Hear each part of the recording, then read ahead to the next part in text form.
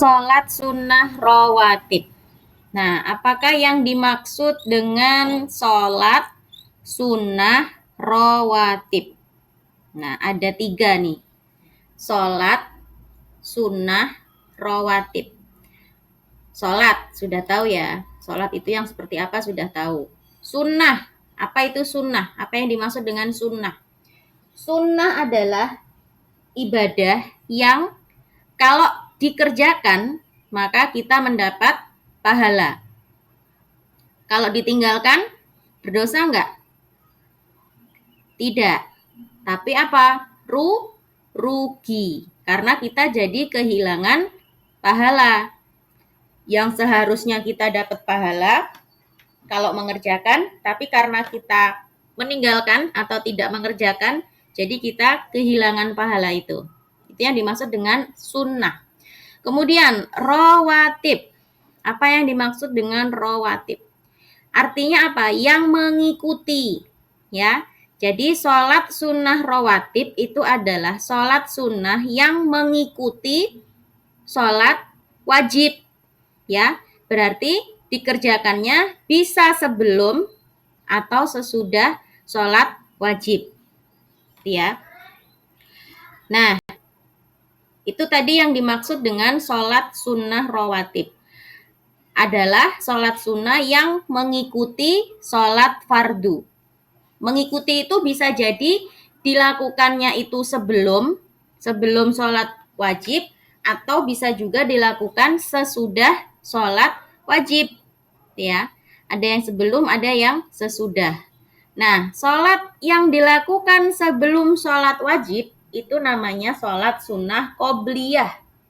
Sedangkan yang dilakukan sesudah sholat wajib itu namanya sholat ba'diyah. Hukumnya apa? Dua-duanya ini, baik qobliyah maupun ba'diyah, ini semuanya sunnah. Sunnah yang bila dikerjakan mendapat pahala, sedangkan apabila ditinggalkan tidak berdosa. Akan tetapi rugi jika tidak melakukan, karena kita jadi kehilangan pahala tadi. Nah, sekarang ketentuan sholat sunnah rawatib. Nah, sholat sunnah rawatib itu ada yang sering dilakukan oleh Nabi Muhammad, ada juga yang jarang dilakukan. Nah, sholat sunnah yang sering, hampir tidak pernah ditinggalkan oleh Nabi Muhammad itu hampir selalu mengerjakan. Itu disebut dengan sholat sunnah mu'akkad. Artinya apa? Sholat yang sangat dianjurkan untuk dikerjakan. Karena apa? Karena Nabi hampir selalu mengerjakan. Nah, sedangkan sholat sunnah yang jarang dikerjakan oleh Nabi, ya, yang nggak terlalu dianjurkan, yang biasa-biasa aja gitu maksudnya, tingkatannya di bawah sholat yang mu'akkad tadi. Itu disebut dengan apa? Ghairu mu'akkad. Atau artinya apa? Ghairu mu'akkad itu tidak terlalu dianjurkan, tidak ditekankan untuk mengerjakan. Jadi biasa aja. Nah, karena apa? Karena Nabi jarang mengerjakan itu. Nah, sekarang ada 2 ya tadi ya. Ada yang mu'akkad, ada yang ghairu mu'akkad.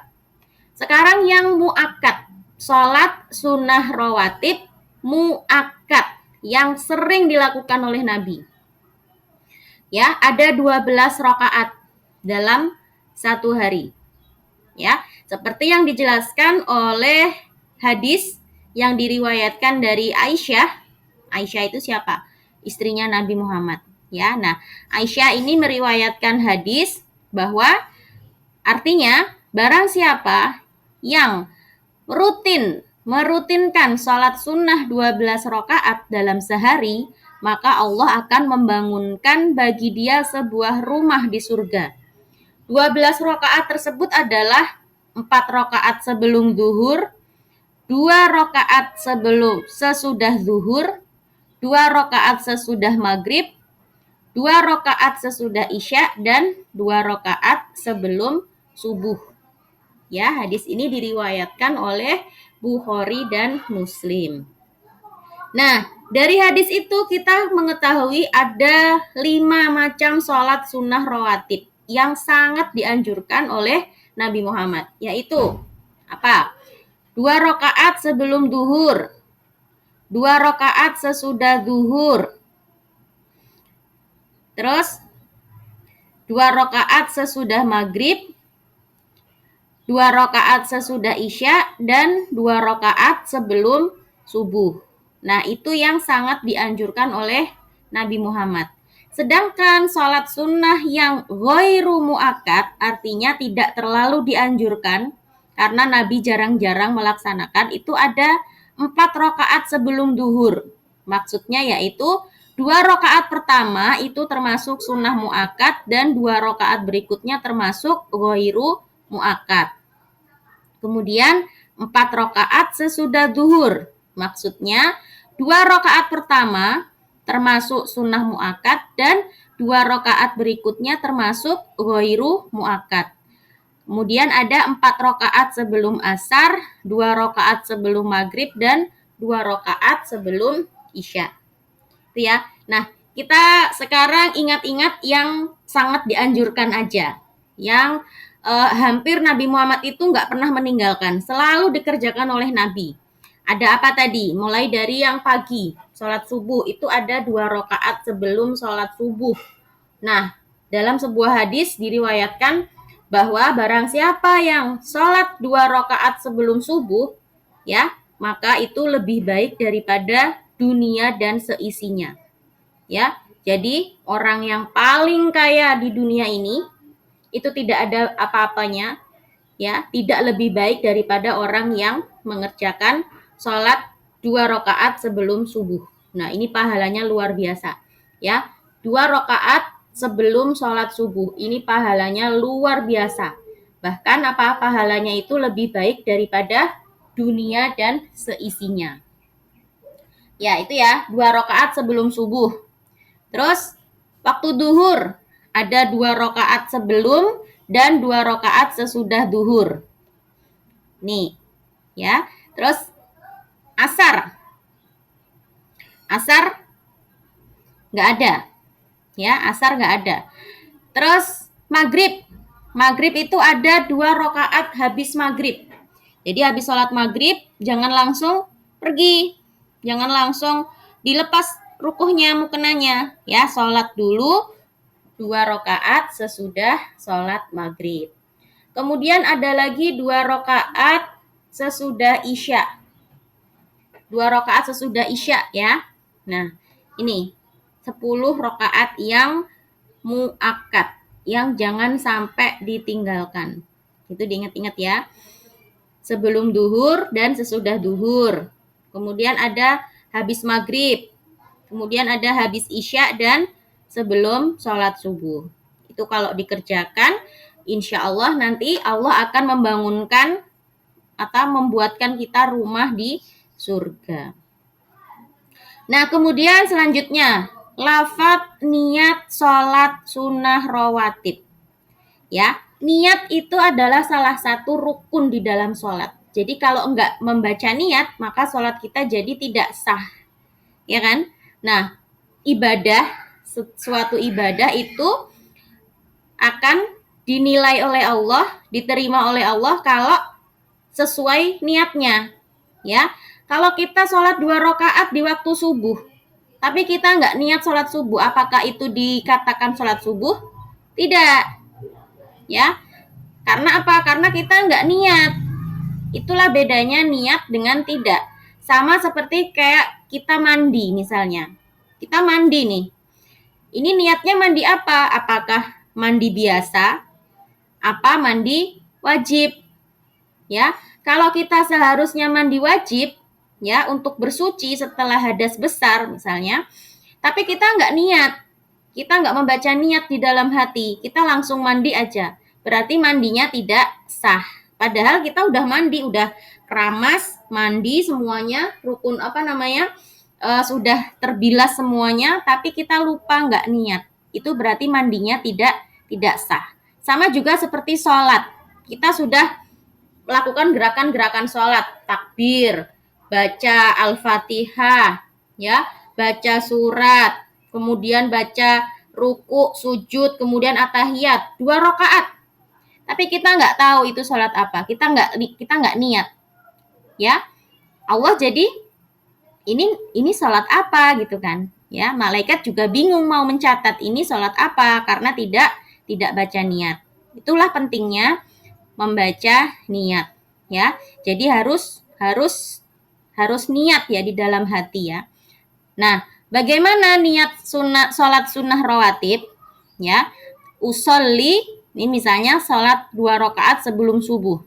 Usolli sunnatas subahi rakaataini qobliyatan lillahi ta'ala. Kalau nggak hafal bahasa Arabnya gimana? Boleh bahasa Indonesia. Ya, boleh bahasa Indonesia dibaca di dalam hati. Aku berniat sholat sunnah rawatib 2 rakaat sebelum subuh karena Allah Ta'ala. Ya, aku niat sholat sunnah rawatib sebelum subuh. Kalau sebelum duhur gimana? Aku niat sholat rawatib sebelum duhur. Kalau habis duhur gimana? Aku niat sholat rawatib sesudah zuhur. Gitu aja. Bahasa Indonesia nggak apa-apa. Ya, bahasa Indonesia nggak apa-apa. Bacanya di mana? Di dalam hati. Ya, niat itu dibacanya di dalam hati. Kalau kita ucapkan, maka kita mendapat tambahan pahala, yaitu mengucapkan niat. Ya, jadi malaikat bisa mencatat kebaikan kita tadi. Kalau di dalam hati, malaikat nggak bisa mencatat. Hanya Allah yang tahu. Ya, malaikat itu nggak tahu apa yang di dalam hati kita, itu nggak tahu. Misalnya Nazira sekarang lagi mikir sesuatu. Aku nanti malam mau makan ayam goreng Tapi di dalam hati ngomongnya. Malaikat nggak tahu. Ya, malaikat nggak tahu. Yang tahu siapa? Allah. Nah, malaikat itu nggak tahu isi hati manusia, ya. Nah, itu tadi tentang niat, ya. Niat itu dibaca di dalam hati. Kalau nggak bisa bahasa Arabnya, boleh dengan bahasa apa saja yang kita bisa. Yang penting di dalam hati itu diucapkan, ya. Oke. Nah, ini beberapa hikmah dari sholat sunnah rawatib. Keutamaan, hikmah itu artinya keutamaan. Apa saja keutamaan dari sholat sunnah rawatib? Yang pertama, sholat rawatib itu bisa menyempurnakan pahala dari sholat fardu. Ya, yang biasanya kalau sholat fardu itu sering males-malesan misalnya, ya, sering terlambat subuhnya kesiangan. Nah, kita tutup dengan melaksanakan sholat rawatib itu, biar pahalanya jadi sempurna, ya. Jadi sholat rawatib itu bisa menyempurnakan pahala ibadah sholat wajib. Kemudian sholat rawatib itu bisa menghapus dosa yang kita lakukan. Kemudian sholat rawatib juga bisa mencegah perbuatan yang buruk. Sholat rawatib itu pahalanya lebih baik daripada dunia dan seisinya. Nah, ini tadi yang saya bilang tadi ya. Sholat 2 rakaat sebelum subuh itu pahalanya lebih baik daripada dunia dan seisinya. Kemudian, sholat rawatib itu akan mendapatkan rahmat dari Allah. Kemudian, jika kita rutin mengerjakan sholat rawatib 12 rakaat dalam sehari semalam, maka akan dibangunkan rumah di surga. Nah, itu tadi ya tentang sholat rawatib. Terakhir, membiasakan sholat sunnah rawatib. Nah, kita tadi sudah mengetahui bagaimana cara mengerjakan sholat rawatib. Yang pertama membaca niat dulu, kemudian sholat seperti biasanya 2 rakaat. Ya, kalau dilakukannya sebelum subuh berarti niat di dalam hati, ya Allah, aku niat sholat rawatib sebelum subuh. Kemudian takbiratul ihram, Allahu Akbar, seperti biasa, membaca surat, membaca Al-Fatihah, ya, membaca Al-Fatihah dulu, kemudian membaca surat pendek, kemudian ruku, sujud, ya, 2 rakaat, kemudian salam, sama seperti sholat seperti biasa. Nah, itu tata cara sholat rawatib. Bagaimana cara membiasakannya? Ya, kita biasakan dulu satu dulu. Misalnya apa yang paling gampang? Dari sholat rawatib sesudah maghrib misalnya. Ya, kita biasakan dulu, kita rutinkan dulu setiap habis maghrib kita sholat 2 rakaat sesudah sholat maghrib. Terus ya, nanti kalau sudah terbiasa baru kita tambah lagi sholat 2 rakaat habis isya. Ya, jadi kita sudah punya 2 kebiasaan, ya, sholat sunnah habis maghrib dan sholat sunnah habis isya. Terus nanti kalau sudah terbiasa, tambah lagi sholat sunnah sebelum subuh, ya, dibiasakan perlahan, pelan-pelan dibiasakan. Nah, nanti akan lama-lama kita akan terbiasa mengerjakan sholat sunnah rawatib, ya. Baik, cukup dulu untuk hari ini. Insya Allah besok kita lanjutkan dengan materi yang berikutnya.